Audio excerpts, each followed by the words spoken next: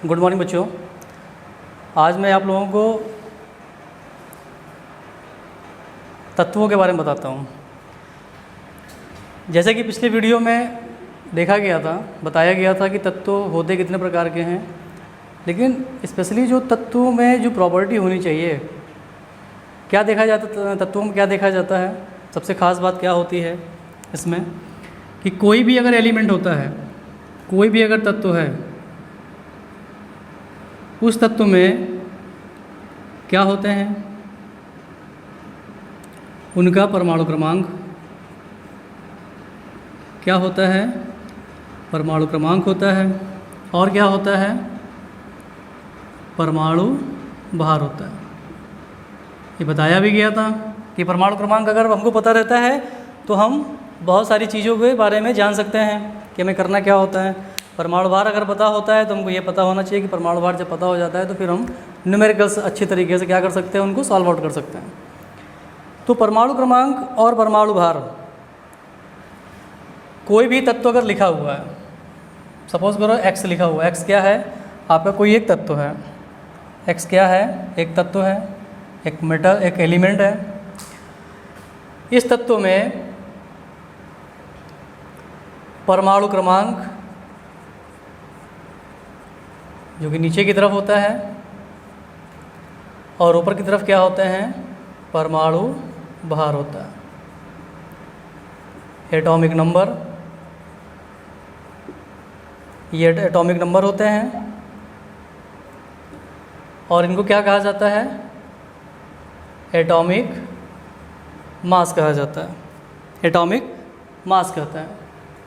Atomic mass को A से represent किया जाता है, A से प्रकट करते हैं, जबकि एटॉमिक नंबर, परमाणु क्रमांक जो होते हैं उनको Z से डिनोट किया जाता है, Z से प्रकट किया जाता है। परमाणु क्रमांक परमाणु भार से कैसे होते हैं, हमेशा छोटे होते हैं। अगर हम ये कहें कि परमाणु भार, ये क्या है, आपका परमाणु भार है, परमाणु भार को हम लोग A से रिप्रेजेंट करते हैं।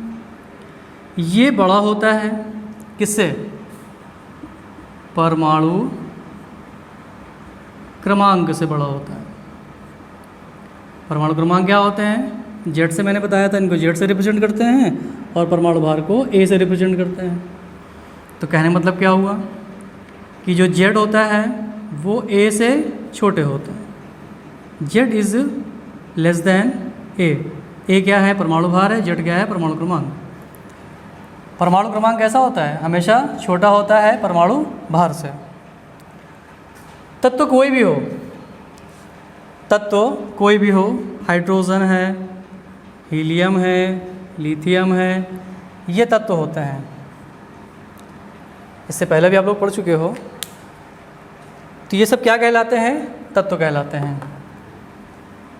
क्लास 11th में कुछ तत्वों के बारे में जानकारी रखना बहुत इंपॉर्टेंट होता है, जो कि बार बार क्या होते हैं, यूज़ किए जाते हैं, बार बार उपयोग होता है उनका। तो इसलिए क्या होता है कि हम लोगों को कम से कम कुछ तत्वों के बारे में जानकारी रखनी चाहिए कि उनके परमाणु क्रमांक क्या होते हैं और उनका परमाणु भार क्या होता है।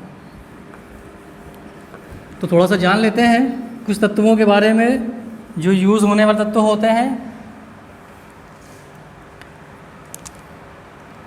हाइड्रोजन, सोडियम, नाइट्रोजन,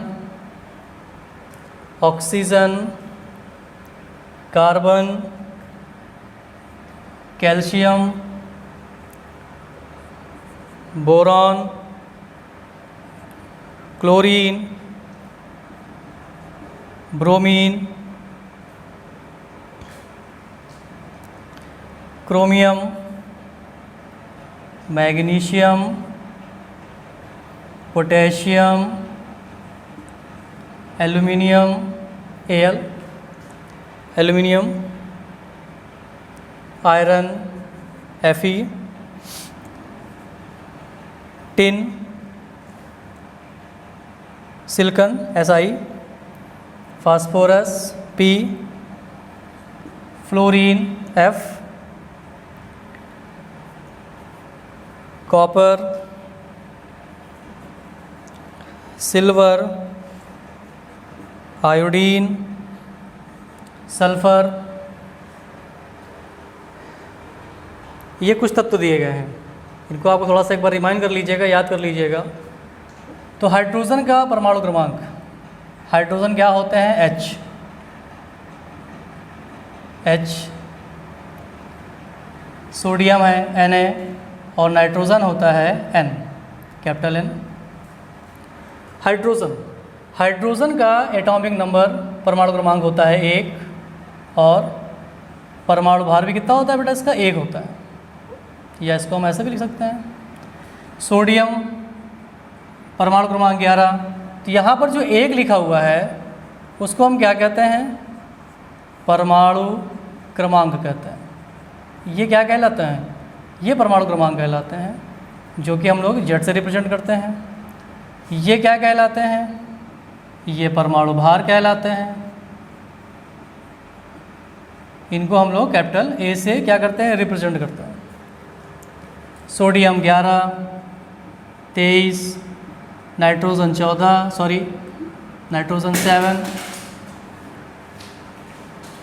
7,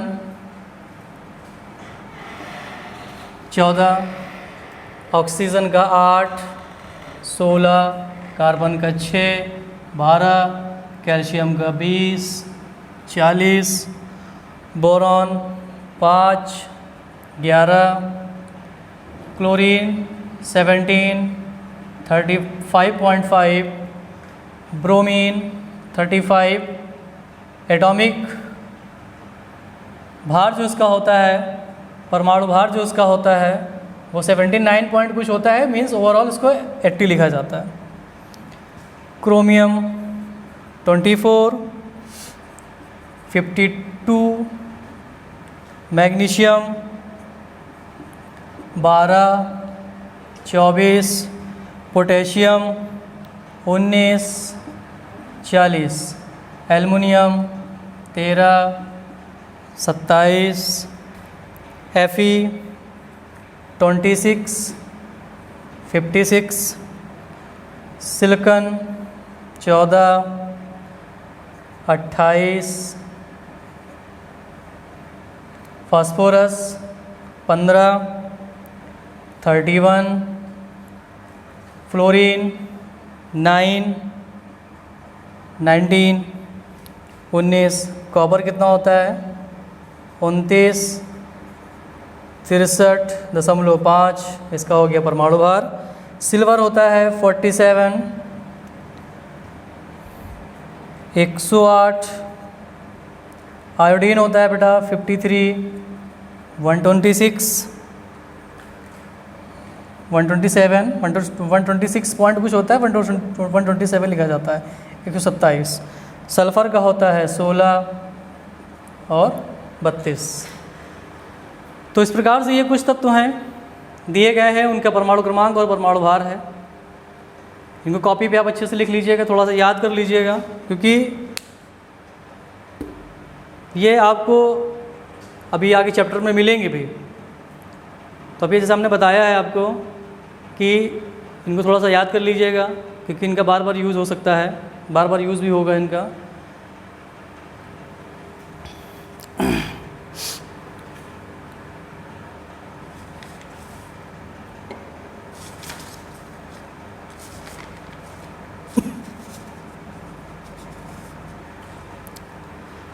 चलिए, तो ये हो गया इनका परमाणु क्रमांक और परमाणु भार। कुछ तत्व दिए गए हैं, कॉपी में नोट कर लीजिएगा इनको आप लोग अच्छे से। जो ना समझ में आए उसको पूछ भी सकते हैं।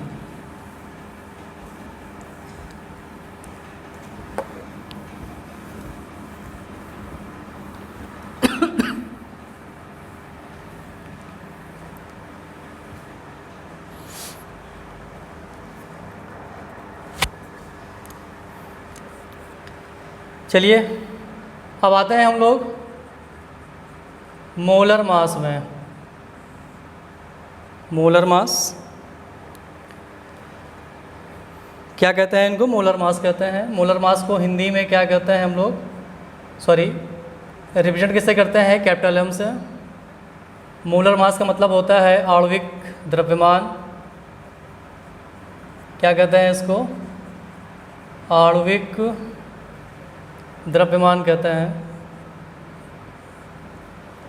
आणविक द्रव्यमान को हम लोग कैपिटल एम से क्या करते हैं? डिनोट करते हैं। आणविक द्रव्यमान होता क्या है?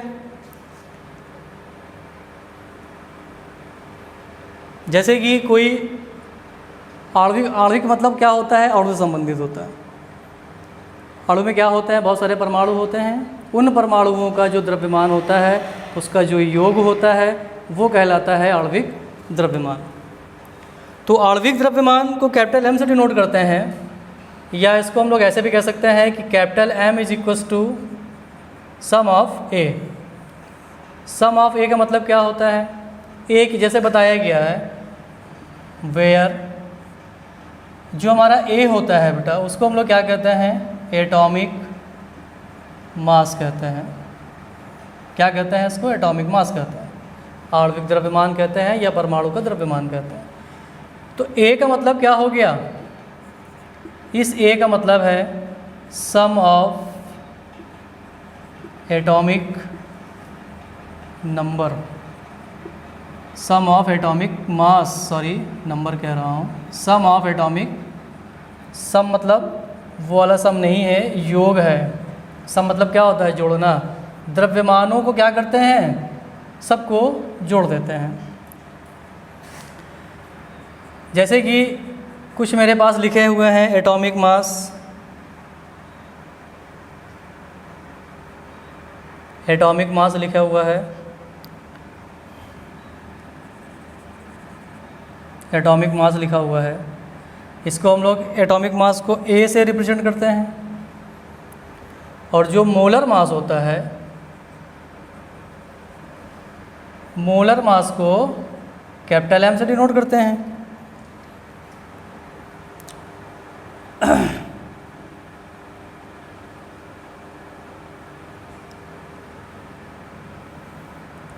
इसको यहाँ पे आप लोग लिख लो, अणु द्रव्यमान, ठीक रहेगा थोड़ा सा ज़्यादा। अणु द्रव्यमान। एटॉमिक मास, एटॉमिक का मतलब होता है एटम से, परमाणु से मतलब होता है। और जो मोलर मास होता है, मोलर मास, ये परमाणु है, ये अणु है। जैसे कोई परमाणु लिखा हुआ है, कोई परमाणु लिखा हुआ है, सिंगल में लिखा हुआ है, वो क्या कहलाता है? वो अपने तत्व का परमाणु कहलाता है। जैसे कि लिखा हुआ है ऑक्सीजन, क्या लिखा हुआ है बेटा? ये ऑक्सीजन लिखा हुआ है। तो ऑक्सीजन यहाँ पर क्या है? एक एटम के रूप में है। क्या है? एक एटम, मतलब एक परमाणु के रूप में। सिंगल लिखा हुआ है, सिंगल है इसलिए क्या है? वो परमाणु है, एक लिखा हुआ है सिर्फ। तो उसका जो एटॉमिक मास होगा, उसका जो एटॉमिक मास होगा कितना होता है? 16 होता है। नाइट्रोजन है, नाइट्रोजन, तो नाइट्रोजन भी क्या एक एटम है, क्योंकि सिंगल है, सिंगल लिखा हुआ है, सिर्फ एक परमाणु नाइट्रोजन का लिखा हुआ है, सिर्फ एक है इसलिए वो परमाणु कहलाएगा। अपने तत्व का सिर्फ सिंगल लिखा हुआ है इसलिए वो परमाणु कहलाएगा। तो इसका एटॉमिक मास ए क्या होगा? इसका जो ए होगा, एटॉमिक मास होगा नाइट्रोजन का, वो होता है 14। अभी लिखाया गया है। अब सल्फ़र है, सल्फ़र है, सल्फ़र एटम के रूप में लिखा हुआ है, परमाणु के रूप में लिखा हुआ है। इसका एटॉमिक मास कितना होता है? 32 होता है। कार्बन है, कार्बन, कार्बन का एटम, कार्बन एटम के रूप में लिखा हुआ है, सिंगल लिखा हुआ है ए। इसका एटॉमिक मास कितना होगा कार्बन का? 12। हाइड्रोजन लिखा हुआ है, हाइड्रोजन, हाइड्रोजन एटम लिखा हुआ है, इसका एटॉमिक मास कितना होगा बेटा? 1। तो ये एटॉमिक मास होता है। हम बात करते हैं मोलर मास की। तो मोलर मास का मतलब क्या हो गया? एटॉमिक मास का मतलब हो जाता है, जैसे लड्डू देखा है आप लोगों ने, लड्डू में बहुत सारे बूंदी होते हैं। जब एक सिंगल बूंदी होता है, सिंगल, एक सिंगल बूंदी अगर होगा तो वो क्या कहलाएगा? एटम कहलाएगा। कई सारे जब बूंदी कि जो दाने होते हैं जब इकट्ठा हो जाते हैं, मिल जाते हैं, तो वो क्या बनाता है, एक लड्डू बनाता है। तो कहने मतलब क्या हुआ कि यहाँ पर ऑक्सीजन का सिर्फ एक ही परमाणु है, एक संख्या है ऑक्सीजन की, इसलिए वो क्या है, परमाणु के रूप में, मीन्स वो एक बूंदी वाला है, सिर्फ एक बूंदी ऑक्सीजन की दे रखा है। हम बात करते हैं कि मोलर मास क्या हो जाता है, तो मोलर मास कई सारी जब बूंदी इकट्ठा हो जाती हैं तो क्या बन जाता है, एक लड्डू बन जाता है। जब कई सारे ऑक्सीजन, तो कहने मतलब क्या हो गया, यहीं से देख लेते हैं। अगर ऑक्सीजन यहाँ पर O2 लिखा हुआ है तो ऑक्सीजन अणु हो गया, इस ऑक्सीजन अणु का हम क्या निकालेंगे, मोलर मास निकालेंगे, अणु का द्रव्यमान निकालेंगे, क्योंकि ये एक कम्प्लीटली अणु है, क्योंकि दो परमाणुओं से मिलकर बना हुआ है। दो परमाणु मतलब 2 एटम्स हैं यहाँ पर हैं, ऑक्सीजन के 2 परमाणु हैं। हम जब एक परमाणु को देखे थे तो उसका एटॉमिक मास 16 था। जब हम मोलर मास निकालेंगे इसी का, O2 का जब मोलर मास निकालेंगे बेटा, तो इसका मोलर मास जब निकालेंगे तो ये कहलाएगा, एटॉमिक मास कितना होता है 16, चूँकि 2 लिखे गए हैं मॉलिक्यूल के रूप में, इसका मास निकालेंगे तो ऑक्सीजन का एटॉमिक मास 16, परमाणुओं की संख्या 2, तो कितना आ गया, 32 आ गया। इसकी यूनिट्स क्या होती है, AMU होती है, एटम मोल यूनिट होती है, या केवल इसको यूनिट्स पे लिखा जाता है, केवल U लिखा जाता है। अब बात करते हैं नाइट्रोजन मॉलिक्यूल की। तो नाइट्रोजन मॉलिक्यूल का मोलर मास क्या होगा, 14 × 2 28 AMU या U। सल्फ़र है, H2 लिखा है हमने यहाँ पर, या इसको एसिड भी कर सकते हो, एसिड करेंगे, इसका मोलर मास निकालेंगे यहाँ से, तो 32 होता है इंटू 8। सल्फ़र का एटॉमिक मास कितना होता है, 32, ये लिखा हुआ है। तो 32 × 8 कर देंगे, क्योंकि 8 है यहाँ पर संख्या, तो 8 दूना कितना हो गया 16, 8 त्रिक 24, 24 और 1 25, 256 AMU या U। अब बात करते हैं फास्फोरस की। तो फास्फोरस का मोलर मास जब निकालेंगे यहाँ से, तो फास्फोरस होता है 31, 31 और गुणे 4, ये कितना आ जाएगा यहाँ से इसका मोलर मास, 4 × 4, 4 × 12 AMU 124 AMU या U। इसी तरीके से हाइड्रोजन की अगर निकालना चाहोगे मोलर मास, तो उसका कितना आएगा, 1 × 2, यानी कि सिर्फ 2 आएगा ये। तो इस तरीके से क्या कर सकते हैं हम लोग, एटॉमिक मास और मोलर मास निकाल लेते हैं।